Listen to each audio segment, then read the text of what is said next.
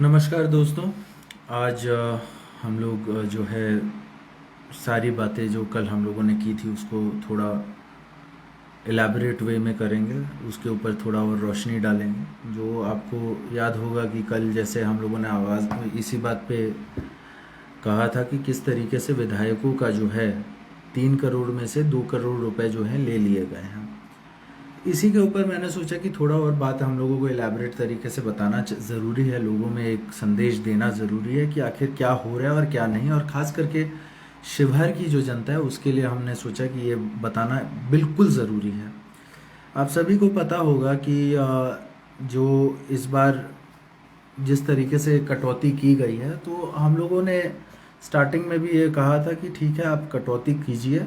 हाँ, हर एक विधायक विधायक का जो आप कटौती कर रहे हैं, लेकिन कम से कम उनके क्षेत्र में उतना पैसा जाना चाहिए, चाहे वो मेडिकल के वजह से हो या फिर जिस जिस भी माध्यम से हो।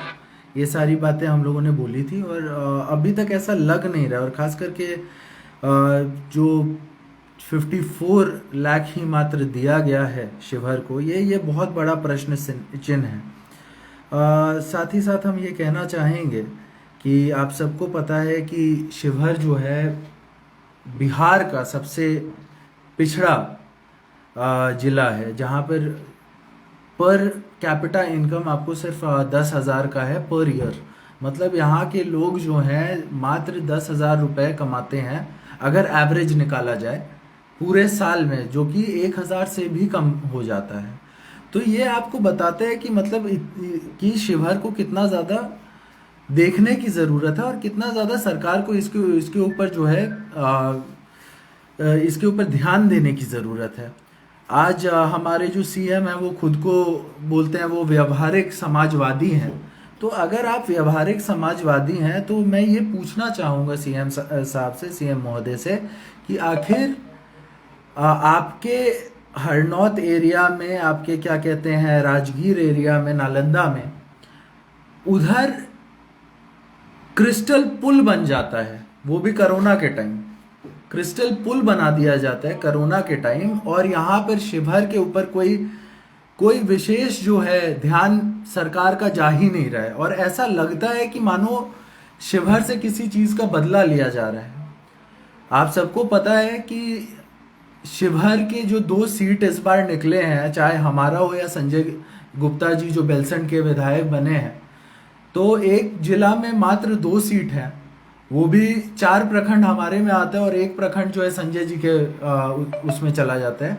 तो एक कहीं ना कहीं ऐसा लग रहा है कि सरकार शिवहर की जनता के ऊपर ध्यान देना नहीं चाह रही है, चाहे उसके ऊपर पर्सनल हो या फिर कुछ भी बात हो। और जो कि बहुत ही ज़्यादा इनका जो कहना है कि हम वादी हैं और ये जो व्यवहारिक समाजवादी की बात करते हैं, तो ये इनके व्यवहार के ऊपर एक बहुत बड़ा प्रश्न चिन्ह है कि आखिर आपका व्यवहार शिवहर जो सबसे पिछड़ा जिला है पूरे बिहार का, और बिहार जो पूरे भारत का पिछड़ा राज्य है, तो उसमें आप देख सकते हैं कि सबसे गरीब अगर जिला अगर आप देखिएगा तो वो शिवहर है पूरे भारत में, और उसके ऊपर सरकार का कोई ध्यान नहीं। और मात्र 54 लाख रुपए, जबकि अगर संजय जी का 2 करोड़ जो कटा और हमारा जो 2 करोड़ कटा, ये मिला करके 4 करोड़ होते हैं। 4 करोड़ शिवहर के हक का छीन करके मात्र 54 लाख रुपए देना, ये कहाँ से उचित है, ये मैं पूछना चाहूंगा। और 54 लाख आपदा के नाम पे जो आया है, तो आपने आपदा के नाम पे ही ना हमारा 2-2 लाख रुपए जो मतलब 2-2 करोड़ रुपए जो है काटा है। तो अगर 2-2 करोड़ रुपए आपदा के नाम पे कटता है तो शिवहर को 4 करोड़ रुपए आपदा के नाम पे मिलने चाहिए। और ये जो है हम पूरा लेखा जोखा मांगेंगे नीतीश जी से, ताकि दूध का दूध और पानी का पानी हो, कि नालंदा को कितना पैसा दिया गया है, आपदा के नाम पे नालंदा को कितना पैसा दिया गया है, अन्य जिलाओं को कितना पैसा दिया गया है, और ऐसे में शिवहर को इतना कम पैसा क्यों दिया गया है। ये बहुत ज़्यादा मतलब नाइंसाफ़ी है, बहुत आहत करने वाली बात है। और साथ ही साथ हम कहना चाहेंगे, अभी हम आंकड़े देख रहे थे, आप सब लोगों को पता होगा कि किस तरीके से जो है पूरे भारत में आज ये जो है वैक्सीन, इसका शॉर्टेज पड़ गया है। ये वैक्सीन का शॉर्टेज आखिर क्यों पड़ा, ये मैं पूछना चाहूंगा सरकार से, क्या क्या बात हो गई कि आपके पास जो है वैक्सीन इतना कम हो गया? और जबकि आपने वैक्सीन इतना सारा बनाया था, और इतना बनाया, इतना कुछ आपने किया कि ब्राजील को लगभग आपने 10 लाख वैक्सीन दे दिया, यूके को जो है 40 लाख वैक्सीन पहुंचाए गए, सब जगह वैक्सीन, पूरे दुनिया में भारत का वैक्सीन गया, लेकिन भारतवासियों के पास आज वैक्सीन नहीं है। इसके लिए जिम्मेवार कौन है? ये सोचने वाली बात है। मैं तो ये भी कहना चाहूंगा कि ऑक्सीजन की शॉर्टेज की वजह से जो लोग मारे गए, हाँ, आज के डेट में पिछले आप अगर फाइनेंशियल ईयर की बात करें तो उसमें, और ये जो अभी नया फाइनेंशियल ईयर है 2021 का जो फाइनेंशियल ईयर था, उसमें लगभग 700% से जो है ऑक्सीजन को सप्लाई किया गया, एक्सपोर्ट किया गया, जिसके वजह से ऑक्सीजन भारत में कम हो गया। तो आखिर ऐसा कैसे और क्यों? भारत के का ऑक्सीजन बाहर चले जाता है लेकिन भारतवासियों को नहीं मिलता है। इससे ज्यादा दुर्भाग्य की बात क्या होगी? भारत का वैक्सीन बाहर चला जाता है और भारतवासियों को नहीं मिलता है। अभी आज की बात अगर मैं बताऊं तो एम्स में भी हम लोगों ने फोन करवाया, आईजीएमएस में भी पता कराया कि आखिर जो आपने आपके केंद्र सरकार द्वारा बोला गया है कि 18+ का जो है वैक्सीन लगाना शुरू कर देना है, वो शुरू हुआ है कि नहीं हुआ है? तो उधर का कहना है कि अभी तक नहीं शुरू हुआ है, और इस सरकार का जो है स्टे ऑर्डर आ गया है। और ये पूछने पे कि आखिर कब शुरू होगा, तो इन लोगों का कहना था कि वो तो सरकार ही बता पाएगी। भाई शुरू कैसे होगा? सबसे बड़ी बात तो यह है कि जो आपने वैक्सीन भारत का था, लगभग 6 करोड़ वैक्सीन भारत ने एक्सपोर्ट कर दिया। अमेरिका से हम लोगों को कुछ सीख लेना चाहिए कि अमेरिका ने भी अपने जो है वैक्सीन को बचा करके रखा। आज के डेट में अमेरिका के पास इतना वैक्सीन है कि उधर का सिटीजन, उधर के लोग 3-3 बार वैक्सीन ले सकते हैं। लेकिन भारत में आज वैक्सीन की स्थिति ऐसी है कि सबसे ज्यादा वैक्सीन बनाया हम लोगों ने, लेकिन सारा वैक्सीन जो है बाहर करवा दिया गया, बाहर दूसरे देशों में दे दिया गया। आखिर इसके पीछे जिम्मेवार कौन है और जिम्मेवारी किसको उठानी चाहिए?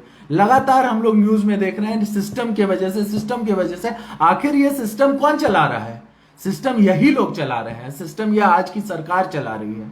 और वैक्सीन अगर कमी हो रही है, ऑक्सीजन के कमी से अगर लोग मर रहे हैं, तो उसके लिए जिम्मेवार अगर कोई है तो वो सरकार है।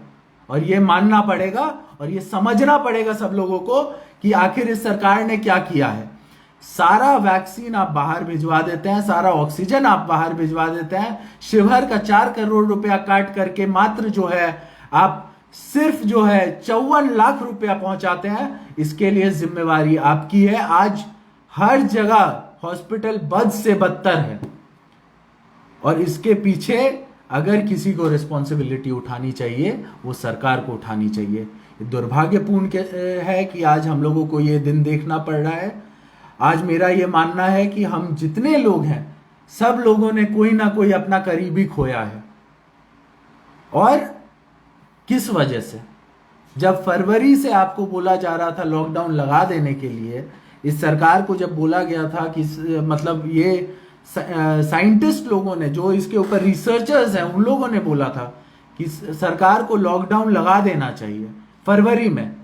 इन्होंने चुनाव के वजह से फरवरी में जो है लॉकडाउन नहीं लगाया, और चुनाव के वजह से जो है हर जगह आज इतना बड़े पैमाने पे लोग मारे जा रहे हैं। सब के हम तो यहां पर बोल रहे हैं कि जितने लोग आप लोग भाई लोग कमेंट कर रहे हैं, सब लोगों ने अपना किसी ना किसी करीबी को, अपने जान पहचान वाले को खोया है। और उसके पीछे अगर कोई जिम्मेवार है तो वो नीतीश सरकार है। वो आपको जो आज केंद्र की सरकार है, ये दोनों सरकार मिलकर के जो है जिम्मेवारी इन दोनों को उठानी चाहिए, और जनता के सामने आकर के अपना ये जो है माफी मांगनी चाहिए। इनको माफी मांगनी चाहिए कि इन्होंने जो है अपने देश में बनाया हुआ वैक्सीन, अपने देश में बनाया हुआ ऑक्सीजन सबको एक्सपोर्ट करके पैसे कमाने का काम किया है।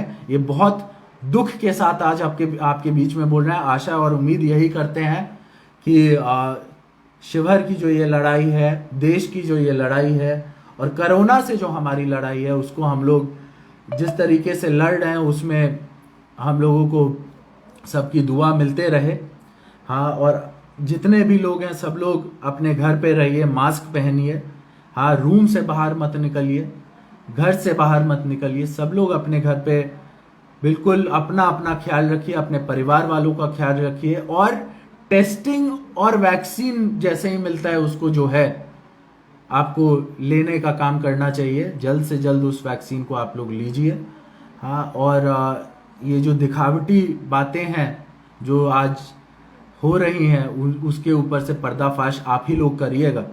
हाँ, हम लोग तो बात कह सकते हैं, लेकिन असली बात जो है, असली समझदारी जो है वो जनता को दिखानी पड़ेगी। बस इतना ही हम कहेंगे। जय हिंद, जय भारत।